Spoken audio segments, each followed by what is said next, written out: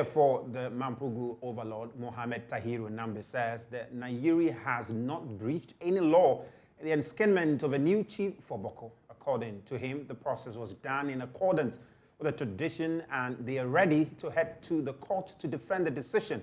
But the lawyer for the Kusasi side, Maxo Agbambila, indicates allowing the decision of the enskinment of a new chief by the Nairi for Boko to stand will amount to modern-day apartheid.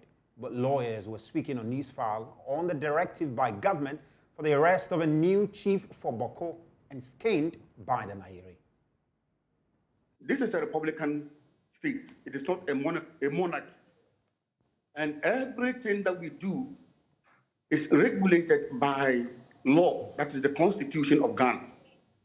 And the Constitution of Ghana, per Article 19.5, indicates that nobody should be arrested. I just want to paraphrase. Nobody should be arrested for a law that does not exist.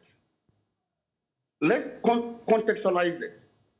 What the Nairi did the other time, last week, what is unconstitutional about it? What is criminal about it? It is rather the state, it is rather the republic, it is rather the government, let me put it bluntly, that is going to create problem that does not exist. The Nairi has done or had done things in accordance with the Mampuruku or Mampurusi custom and tradition. Assuming without admitting that the newly enskined Bokunaba is arrested, what would be the charges preferred against him? And we are prepared to meet anybody in the courtroom. We will not say that we will take the law into our own hands. No. We will meet everybody in the courtroom and exonerate our client that he did not do anything untoward as far as the laws of the country is concerned. What has brought us to this day is as a result of colonialism. And you all know that when the British came here, because of lack of human resource, they tried to use the indirect rule system. So in any community, when they go, they find somebody who looks like a prominent person, they appoint that person, and then they use him for the purposes of their indirect rule system. When they got to our part of the country, you see, the Mampusis are naturally, I'm told, people of trading nature. So they used to trade to Ouagadougou, present-day Burkina Faso, and Tinkudugu, and all of that. And the story is that people used to waylay them along those routes, and then they would rob them of their wealth. So their chief sent some of their men there to man those areas. And because they had chieftaincy, more like the Ashantis, anywhere they are gathered, they would appoint one of themselves to be chief. Boko is a paramountcy with 25 divisions who are Kusasi. Is it the case that, so today, if the village skin is vacant, the village chief should go to Boko with an interpreter to be skinned as a Bokunaba? And he doesn't see that that is colonialism or apartheid? How is that in this present-day democracy? That I should be forced to go to somebody whose language I don't speak, to be skinned as a chief, and to be controlled and ordered about by him? I think that, I mean, with the greatest of respect, that leaves much to be desired. Well, meanwhile, security analysts are advising President Akufado to intervene swiftly in containing the crisis in Boko. Here, Colonel Festus Abuaje, retired, and Professor Kwesi Ainin sharing their recommendations on Newsfile. Now, I would suggest that the incumbent president seizes this opportunity to travel to the area, whether Narerigo or whether Bolga or wherever it is, in order to try and, get the parties to tone down. But all the rhetorics that are going on are not helpful. Secondly, I've said previously that these kinds of protracted social conflicts are never resolved through the use of force. It's not going to happen. Right. Not today, not tomorrow. At the end of the day, we need to sit around the table with the parties and facilitate mediation or whatever it is. So, the government, being the central authority, must use other institutions within the state and get the parties to sit around the table and talk. But the government, I believe, can write to the National House of Chiefs through appropriate channels to get the National House of Chiefs or Regional House of Chiefs or whatever it is, to take an active role or play an active role in this.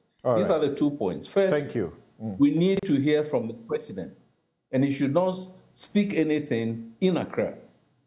He should go to the area and talk to both parties on the ground. And then, at the same time, he must convene a certain process. Now, who are part of the process? Traditional leaders, religious bodies, civil society organizations, for instance, who put on the table the Damango Accord and established the Inter-Ethnic Boku, Peace Committee and so on. All of these can be explored to try and resolve this conflict. First is to recognize the emotional side of intractable conflicts.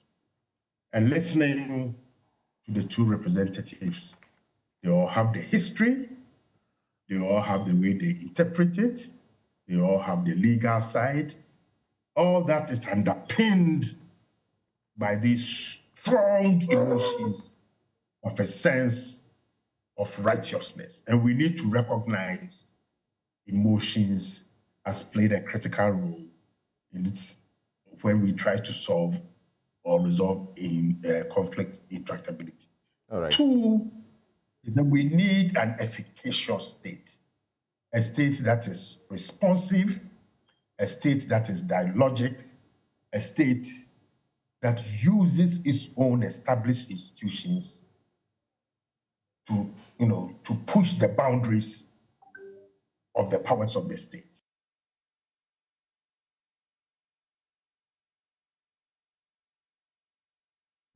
Our President Akufado is leading high-profile condolences for Ghanaian international Christian Atwu's death. The Black Stars player was one of the thousands that lost their lives in the ghastly earthquake that rocked Turkey and the northern part of Syria that happened at dawn on February 6th. Thai Sport, the Turkish club Atwu played for, confirmed the news mid-morning on Saturday following the earlier submissions to that effect by the players to agents. The Confederation of African Football, former teammates, clubs, and well-wishers have been paying tribute to the prolific sports icon. The president took to his Facebook page to eulogize the player. My colleague, Mapisto Sabidi, joins me via Zoom with details. What is contained in President Akufado's post? Musbau, the president says on behalf of the government and people of Ghana, he extends sincere, heartfelt condolences to the widow, children and family of fellow Ghanaian Christian Atwu on the sad news of his death. Ghana football has lost one of its finest personnel and ambassadors, one who will be difficult to replace. He also added that he will be sorely missed. The president concluded by saying, may his soul rest in the bosom of the Almighty until the last day of the resurrection, when we shall all meet again. Amen. Amen. We also understand former President Mahama has also been commenting about the death of Christian Atwu. Yes, he said we all held our breaths and we prayed as we heard the miracles of people pulled out of the rubble. We prayed that ours would be one of those miracles too. Alas, it was not to be. But in all, we give thanks to Almighty God for giving Atwu to us, even for the short 31 years of his life. At this time, Ludina and I extend our deepest condolences to his family and the football fraternity in Ghana and across the globe as well. Well, thank you, Mapito Sabidi, my colleague there, bringing us up to speed on what the president has been speaking. Well, on Sports Link earlier, the man who first gave Christian Atwu his first call-up into the Black Stars, Coach Kusasi, has been speaking on who the player was and the kind of legacy he left. I've been feeling down since I heard the news. It's really unfortunate and sad. But the little I can say about Atwu is I spotted him through a friend. So what I did was to follow him and watch his game. After some time, I gave him a call that I'll be inviting him to our national team. But one thing that I always tell my players is don't prove anything to me, but prove to Ghanaians. And I think Atwu proved to all Ghanaians that he actually deserved to be in the national team. I actually heard it from one of the media guys, one of the FM stations. they called. And I said, look, we've been hearing a lot of speculations, so it's better they confirm, make sure what they telling me is true. And they came back and said that it's true. In actual fact, Krishna Chu is one player who was loved by everyone, every player. You always see him laughing. Well, former GFA spokesperson and friend of Christian Achu, Ibrahim Sanidara, said Christian Achu will be remembered on how he touched and lifted many people out of poverty because of his humble beginnings. I remember one of the days when we were camping in Cape Coast, one afternoon. We saw a young girl, perhaps aged 9 or 10, was carrying some plantain on her head and was selling. Then we were just at the door of the hotel, and when we saw the girl, then he just muttered to me that, you know, this girl, what she's carrying on her head would not make her a profit of beyond 10 cedis. Yet she would walk under this hot sun for the whole day, and sometimes she would not get it. I know how it feels like. Then he moved away from me for a little. He had a duffel bag with him then, and I saw him pulling out some money from the bag and giving it to the girl. Then I paid close attention to what he was saying. He was asking her about her mother. Where's her mother? And I think the girl was saying something to her. I could not hear. He told her, the last words I heard was that, please ask your parents to send you to school. This thing forever edges on my mind all the time, not only when I remind myself of Christian Achu, but also when I look at the daily struggles that humans go through every day, be it in Ghana, anywhere in the world, where I see people, poor people, struggle in life. And he will do good like this, not only to this girl, but to many, many people, and will never mention it to anyone. Well, he only tried to help his community access electricity, but that, unfortunately, landed him in a life-threatening condition. 35-year-old professional electrician James Obin fell and injured his spine after he climbed up a street light pole to fix it. Now he's paralyzed and urgently needs about 50,000 cedis for a total spine reconstruction surgery. Jesse visited him and has more in the following report. Have mercy on me and help me walk again. I am a very generous person. Please help me walk again.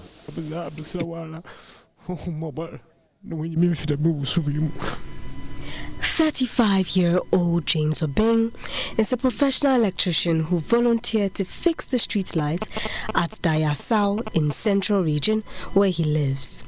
He climbed up an 8-meter-long electrical pole to fix it, but while descending, his climbing harness belt stripped off and he fell and injured his spine.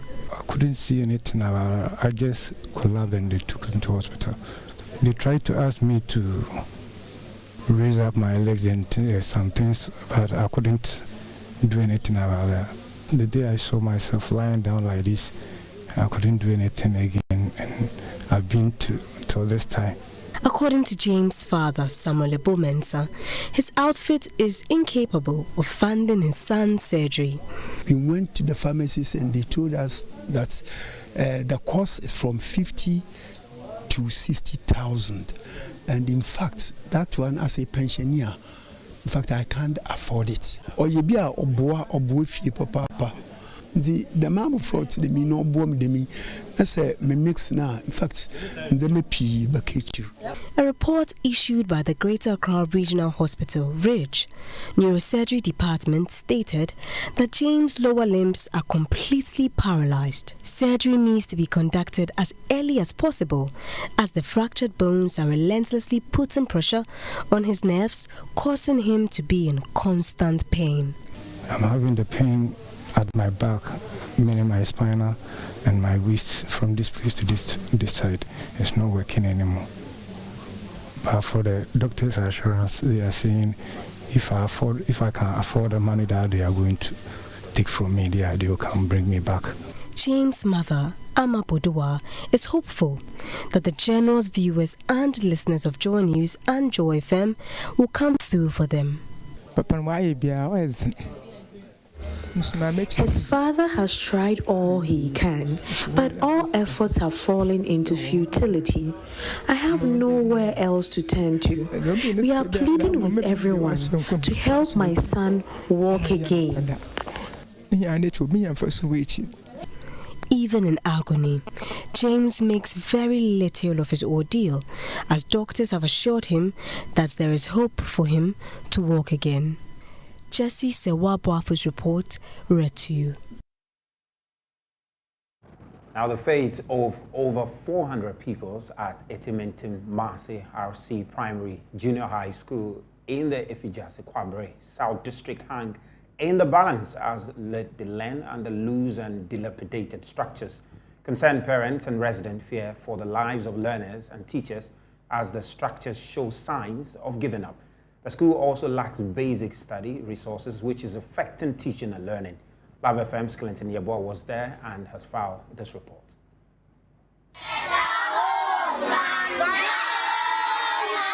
The Etimentim-Mase RC Primary and Junior High School has not seen any major rehabilitation since its establishment in 1950. Broken windows hang by the thread. So this is the class 4A block. It was constructed to accommodate the surplus intakes.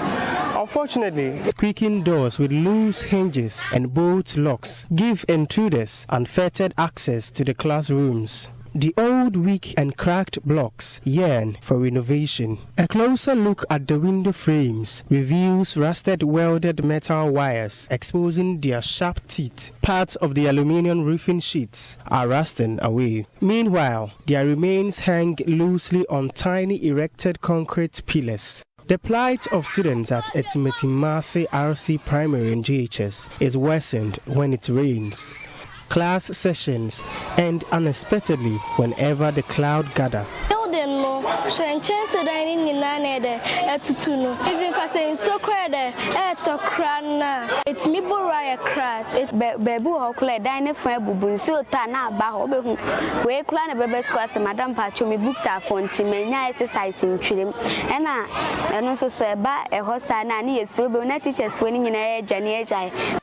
Aside from its dilapidating state, the school, serving over 400 pupils, lacks modern educational facilities and essential resources like desks and textbooks. Sanitary conditions at the school is an eyesore. It will be very difficult to get close to the toilet facility behind me, considering how dilapidated it is and how unhygienic it is. Unfortunately, the facility has been hijacked by residents here, and criminals have also inhabited the place. If you follow your toilet, no, afa, say be ama your teachers for no clampa to toilet in himself, ma, toilet in the say, toilet do be a chocolate coffee.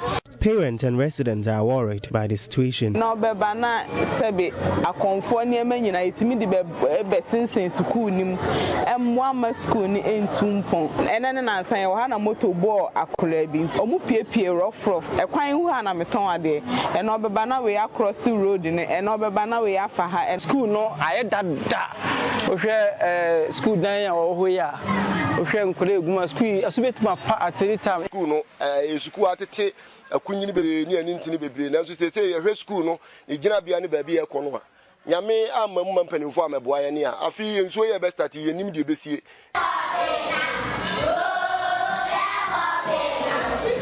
This is how exciting people are to study. All they seek for is a conducive environment that does not threaten their lives. Reporting for Joy News, Clinton Yeboah. In most parts of northern Ghana, drought conditions make the cultivation of maize a highly water-dependent crop an uphill task. As a result, maize yields have been low for many farmers, but some of them seem to have found an alternative crop that gives them relatively high yields but requires less water. Sorghum. This week on Climate Focus, our correspondent Mahmoud Nuruddin Mohammed speaks to one farmer in the Upper West village of who has switched to sorghum cultivation to adapt to dry spells in his community. The best thing about sorghum is that if they purchase it and the proceeds are high, that is why we believe it is better to concentrate on that now that the rains are unpredictable. Producing the maize is a bit capital intensive, if I should say, because the maize crop needs much fertilizer, unlike the sorghum. And then with the maize, sometimes it will be difficult even getting the market. The sorghum, there is just an available market, and then the price is also very good as compared to that of the maize. I don't have the figure, but we have thousands that are interested in cultivating sorghum in this municipality. And your question, sorghum is actually a drought-resistant variety. Fertilizer prices have risen. You can't buy one if you don't have money. And if you can't grow maize without fertilizer, if you do, you will get low yields. However, if you grow sorghum on a fertile land, you will get a high yield.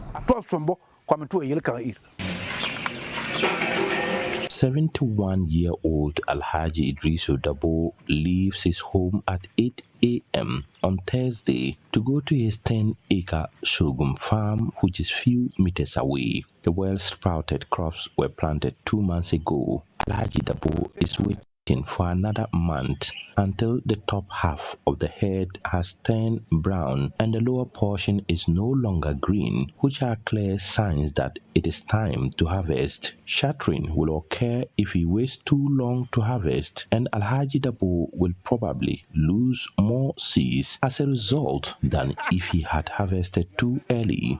There are no signs of pest, disease, or nutritional deficiencies. The leaves are healthy and the flowers are blossoming. I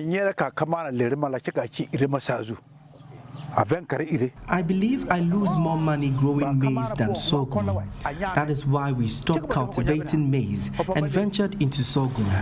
Nothing indicates that the price of sorghum will fall, and the cost of living continues to rise. That is why we are all now cultivating sorghum, which can withstand bad weather.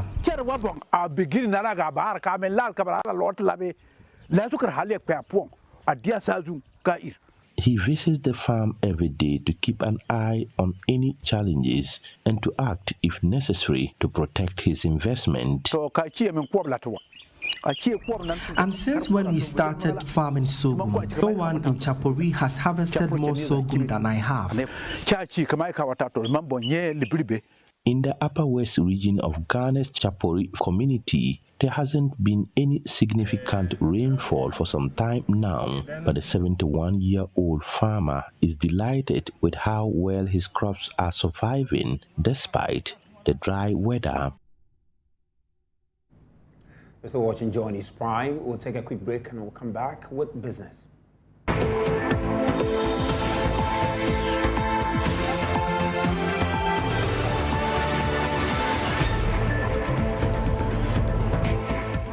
Welcome back. As part of its corporate social responsibility, mining company Anglo Ashanti Obuasi Mine has given KNUST Obuasi campus 1 million cedis to upgrade its infrastructure to meet the rising student population of the school. The intervention by the gold mine is part of efforts to improve education in its host communities in the Ashanti region. There's more in the following reports. The Obuasi campus of the Kwame Nkrumah University of Science and Technology started with less than 400 students, but enrollment has risen to over 2,000 in the past 3 years. Although the student population has increased, the expansion of infrastructure remains a challenge. Anglo Ashanti has gone to the rescue with a donation of 1 million Ghana cedis to support infrastructure expansion of the university. Eric Esubontin is managing director of Anglo Ashanti. This is just to mark the occasion of presenting a check of 1 million Ghana cedis to the KNUST Obuasi campus to help expand their facilities. We see it as a key partnership, an important partnership, to have this tertiary institution in our host communities, giving the youth in Obuasi the opportunity to access or have access to tertiary, good quality tertiary education from a reputable institution like KNUST without having to travel all the way to places like Kumasi and to have to deal with the challenges of finding accommodation, facilities, and so on and so forth. According to the company, the increasing population of students will help in the diversification of the local Obuasi economy. This campus being here and the number of students that are enrolled here is helping with the diversification of the local Obuasi economy. Well, that's all we have for you on Journey's Prime. Thank you for your company.